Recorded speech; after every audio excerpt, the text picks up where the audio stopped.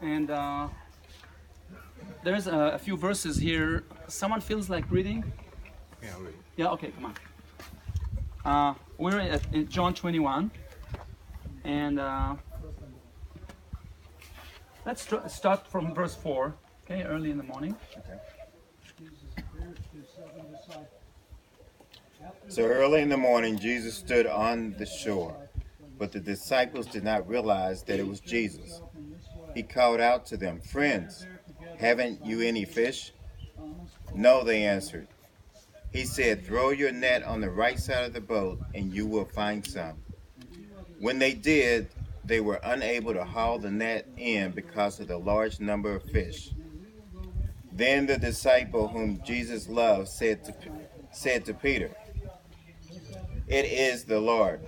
As soon as Simon Peter heard him say, "It is the Lord," he wrapped his outer garments around him, for he had not taken it off, and jumped into the water. The other disciples followed in the boat, towing the net full of fish, for they were not far from shore, about 100 yards. When they landed, they saw a fire of burning coals there with fish on it, and some bread. Jesus said to them, "Bring some of the fish you have just caught." Simon Peter climbed aboard and dragged the net ashore. It was full of large fish, but even with so many, the net was not torn. Jesus said to them, "Come and have breakfast." None of the disciples dared ask him, "Who are you?" They knew it was the Lord. Jesus came, took the bread, and gave it to them, and did the same with the fish. This was now the third time Jesus appeared to his disciples after he was raised from the dead. And you want to keep, Keep going. yeah, because I wanted you to hear. Where have you stopped? Right there. Uh, in fact, the reason we are here is what you're going to hear now. That was just an introduction. When they had finished eating, Jesus said to Simon Peter, "Simon, son of John, do you truly love me more than these?" "Yes, Lord," he said. "You know that I love you." Jesus said, "Feed my lambs." Again, Jesus said, "Simon, son of John, do you truly love me?" He answered, "Yes, Lord. You know that I love you." Jesus said, "Take care of my sheep." The third time he said to him, "Simon, son of John, do you love me?" Peter was hurt because Jesus asked him the third time, "Do you love me?" He said, "Lord, you know all things. You know that I love you." Jesus said, "Feed my sheep. I tell you the truth. When you were younger, you dressed yourself and went where you wanted. But when you are old, you will stretch out your hands, and someone else will dress you and lead you where you do not want to go." Jesus said this to indicate the kind of death by which Peter would glorify God. Then he said to him, "Follow me." Peter turned and saw that the disciple whom Jesus loved was following them. This was the one he had leaned back against Jesus at the supper and said, "Lord, who is going to betray you?" When Peter saw him, he asked, "Lord, what about him?" Jesus answered, "If I want him to remain alive until I return, what is that to you? You must follow me." Because of this, the rumor spread among the brothers that this disciple would not die. But Jesus did not say that he would not die. He only said that, "If I want him to remain alive until I return, what is that to you?" This is the disciple who testifies to these things and who wrote them down. We know that his testimony is true. Jesus did many other things as well. If every one of them were written down, I suppose that even the whole world would not have room for the books that would be written. That's cool. Thank you. Thank you.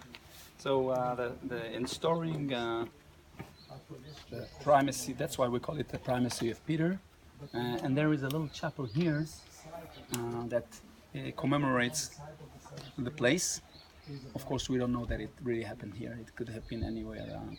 But it's a Catholic, the Franciscan, built this on top of a rock that you will see in the chapel, where it says Mensa Christi, the table of the Lord. And so you picture then here, and I will show when you follow me down there in a few minutes, there is like a dock here. You will see, hewn in the rock, there are a few steps. The level of the water was obviously higher. And so you can very easily, I told you the other day here, it's easier to picture, to imagine what this place was like in Jesus' time because it hasn't much changed. And so when you read about the 153 fish, some people ask, what is this number? Some people like to suggest that, in the Hebrew language you have 22 letters. Now each letter has a numeral value.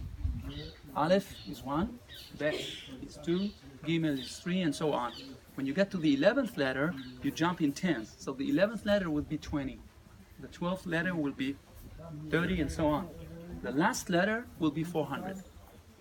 Now if you take the two words, repeat after me, Ani, Elohim, which is I am God. You take the letters of these two words, you sum them up, each letter with its numeral value, you get 153. So some people see this not as a coincidence. It's not just a number. And so, of course, the 3 times that Peter denied Jesus, and the 3 times he asked him, "Do you love me?" And then we'll walk. They walk to Caesarea Philippi, which is where we're driving later, and maybe a week's walk to ask him, "Who do people say that I am?" Of course, there's a reason for all that. So the next place here is held by the Benedictine Catholic, another order of Catholics, and they have a mosaic and an old area where it is an old chapel from the 4th century with the fish and the loaves. And so the whole place is called Tabga, for the 7 springs. There was a lot of springs here, a big attraction for fish. No wonder they caught so many fish, because some of those springs are warm water, especially in the winter. The fish prefer to be here. And also, when you think of the multiplication, it has nothing to do with this, but it's right around here. They were at a deserted place, if you remember. There was no way to feed the people, and so they were outside of, far from Magdala, away from Capernaum, and of course Tiberias is very, very far. So this is the scene. Of course, the Catholics, they know how to make those places look good. So you will always see a beautiful garden everywhere you go. Yeah. They really, really take care. These are the Franciscans, and above the door here, you know what? Join me here. I will show you.